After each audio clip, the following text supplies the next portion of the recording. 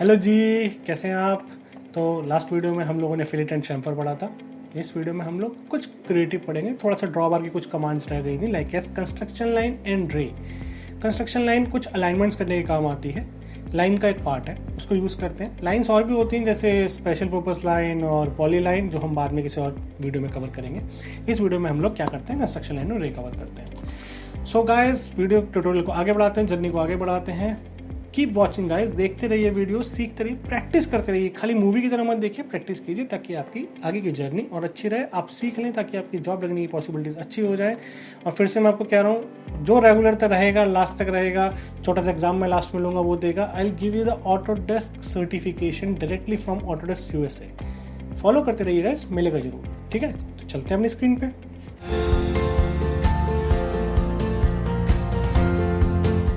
So guys, इसका भी मैंने एक ट्यूटोरियल बना रखा है, जैसे आप स्क्रीन पे देख पा रहे हैं। कंस्ट्रक्शन लाइन का एलियास जो होता है वो एक्सेल होता है, रे का एलियास जो होता है वो रे होता है। इसका कोई एलियास नहीं होता, वो पूरा लिखना पड़ता है। कंस्ट्रक्शन लाइन बेसिकली होती क्या है, कहाँ मिलती है, तो अगर हम ड्रॉ बार में जाते हैं, यहाँ पे ये रहा कंस्ट्रक्शन लाइन और ये रहा रे। तो कंस्ट्रक्शन लाइन को हम और कहाँ देख सकते हैं, ड्रॉ बार के अंदर यहाँ पे भी हमें मिलनी चाहिए। ये क्या है हमारे पास, ये है रे, और ये क्या है हमारे पास, ये है कंस्ट्रक्शन लाइन। तो कंस्ट्रक्शन लाइन का एलियास क्या होता है, that is called XL enter. क्या होता है, एक्सएल एंटर। जैसे आप एक्सेल करेंगे वो कहेगा स्पेसिफाई अ पॉइंट। थोड़ा सा इसको साइड रखता हूँ, पहले आपको ये दिखाता हूँ। स्पेसिफाई अ पॉइंट, एक पॉइंट पे क्लिक करता हूँ तो देखेंगे एक लाइन चल रही है जो दोनों तरफ चल रही है, इनफाइनाइट वैल्यू तक जा रही है। This is called construction line. जिस पॉइंट पे क्लिक किया वहां से चली और इनफाइनाइट तक चली गई, this is called construction line, right. तो सबसे पहले देखना है कंस्ट्रक्शन लाइन बनती कैसे है। एक बार ये पता लग जाए बनती कैसे है, फिर इसके एक थोड़ा सा एग्जांपल्स दिखाता हूँ। तो जैसे ही मैं कंस्ट्रक्शन लाइन में एक्सेल एंटर करता हूँ, वो कहता है हॉरिजॉन्टल। हॉरिजॉन्टल के लिए जब मैं एच एंटर कर दूंगा तो ये सिर्फ हॉरिजॉन्टल लाइंस बनाएगा। क्लियर है गाइस। ऐसे ही कंस्ट्रक्शन लाइन में जैसे ही वर्टिकल के लिए वी एंटर कर दूंगा तो ये सिर्फ वर्टिकल लाइंस बनाएगा। क्लियर है गाइस।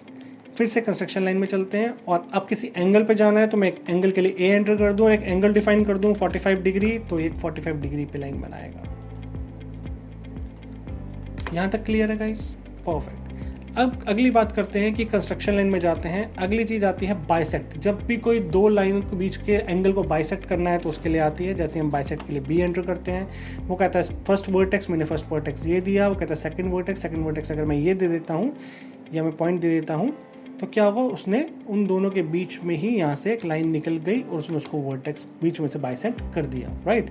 अब सपोज करते हैं कि ये वाला एंगल मुझे पता नहीं है कितना है, बट मैं इस एंगल को बीच में से बाइसेक्ट करना चाहता हूँ। तो मैं कंस्ट्रक्शन लाइन में जाऊँगा, मैं बाइसेक्ट पे जाऊँगा, मैं वर्टेक्स के पॉइंट को दूंगा, स्टार्टिंग एंगल में इस लाइन को दूंगा, एंड एंगल में इस लाइन को दूंगा। ये लाइन बीच में आ जाएगी जो इस एंगल को बाइसेक्ट कर देगी। क्लियर है। अब कुछ लोग कह रहे हैं कि सर हम मुझे एक एंगल पर ऑफसेट करना है, तो वो कैसे करेंगे। कंस्ट्रक्शन लाइन में जाऊंगा, ऑफसेट के लिए ओ एंटर करूंगा। यहाँ पे मुझे कहेगा थ्रू आपने पहले पढ़ा ही हुआ है ऑफसेट के अंदर थ्रू क्या होता है, पर मैं यहाँ डिस्टेंस डाल देता हूँ। सपोज मैंने यहाँ डिस्टेंस डाल दिया 10 का, और मैंने लाइन को सिलेक्ट किया, और मैं नीचे की तरफ जैसे मैं क्लिक कर रहा हूँ तो उसने 10 के डिस्टेंस पे एक ऑफसेट क्रिएट कर दिया। मैंने फिर से सिलेक्ट किया, नीचे क्लिक किया, 10 के डिस्टेंस पे क्रिएट हो गया।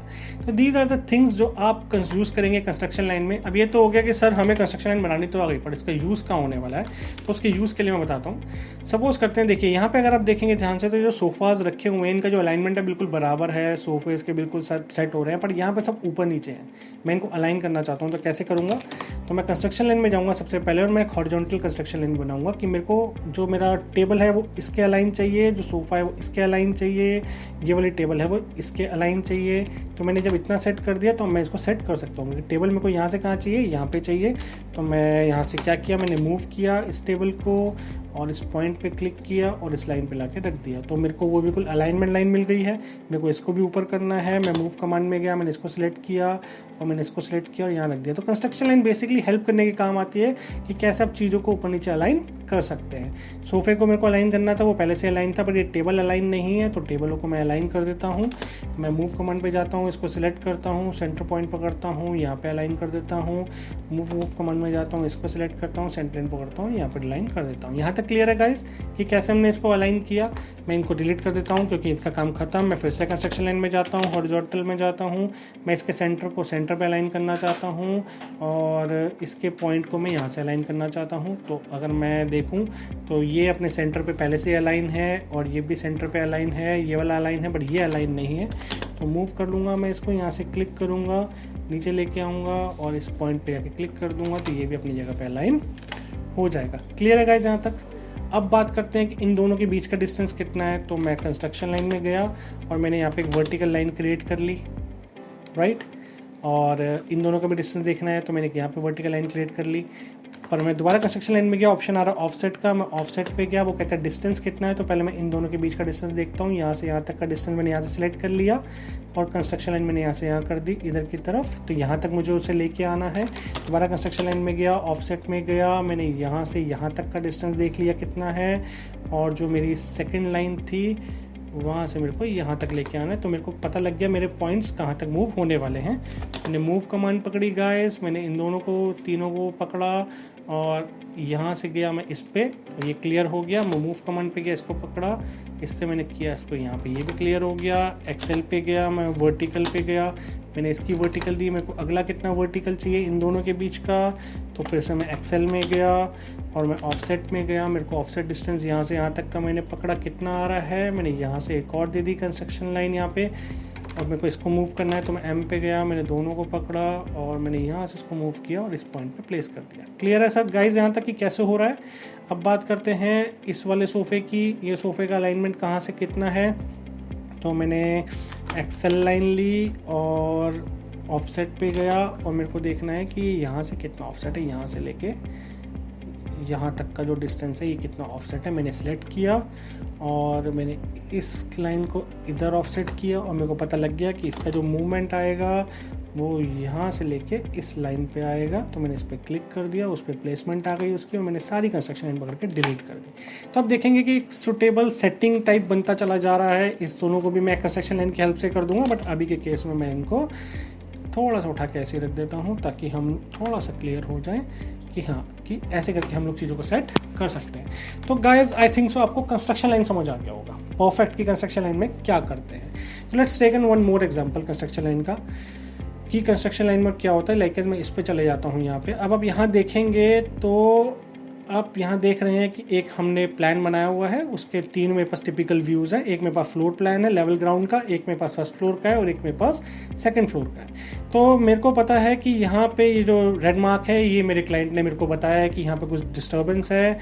क्या डिस्टर्बेंस है यहाँ पे देख रहा हूँ, तो ये दरवाजे शायद आपस में अलाइन नहीं है। तो with the help of construction line मैं एक बार चेक कर लेता हूँ कि ये अलाइन है भी या नहीं है। तो मैं जब देखता हूँ तो वो ये तो ब्लू कलर में लाइन ऊपर नीचे डिफरेंस आ रहा है, दैट मीन्स क्लाइंट मेरा सही कह रहा है, ये अलाइन नहीं है।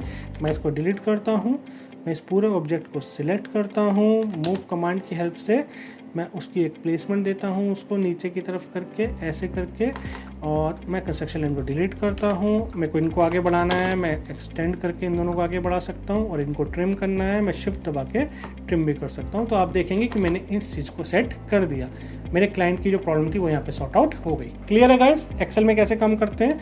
अब बात करते हैं रे की। रे क्या होता है?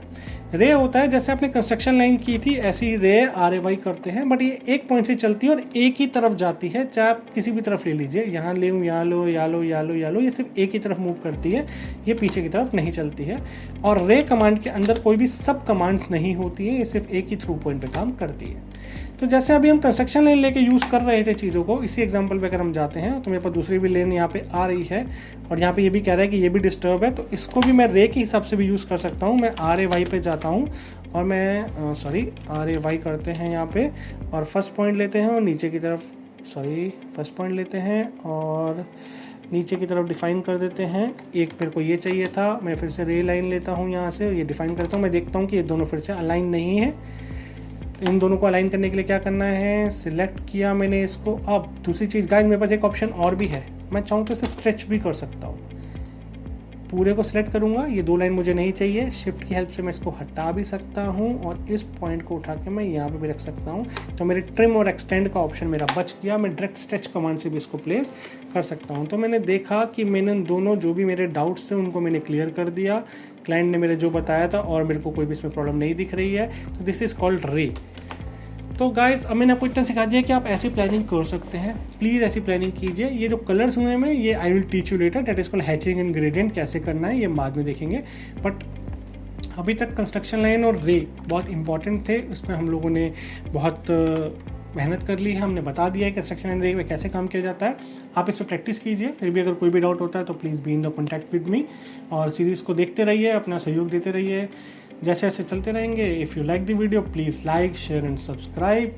मिलते हैं अगली वीडियो में। अगली वीडियो में हम लोग पढ़ने वाले हैं टेक्सटिंग के बारे में, single line text and multi line text कैसे लिखा जाता है उसके बारे में।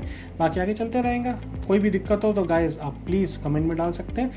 If you like this video please like कीजिए, शेयर कीजिए, सब्सक्राइब जरूर कीजिए please. Thank you, thanks a lot, bye bye, take care, नमस्कार, सत श्री अकाल, आदाब, थैंक यू।